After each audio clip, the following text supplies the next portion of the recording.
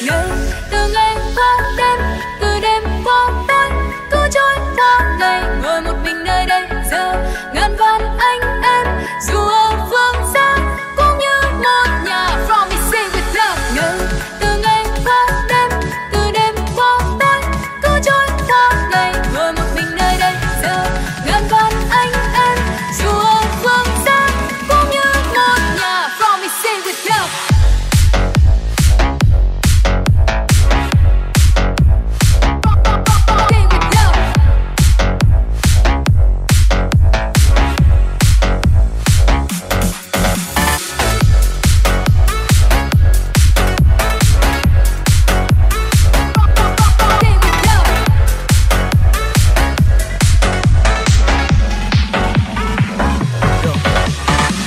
Sáng ở trên màn hình 2 giờ đêm vẫn còn lung linh, quen chiều khuya như là bạn mình, nghe tiếng nhạc còn đập rung rinh ngay bên loa, đêm mà thêm say thêm ca, chỉ cần anh em ngay bên ta. Anh vẫn cày cuốc hăng say như ngày trước, dù không biết sau này họ sẽ nhớ đến hay quên ta.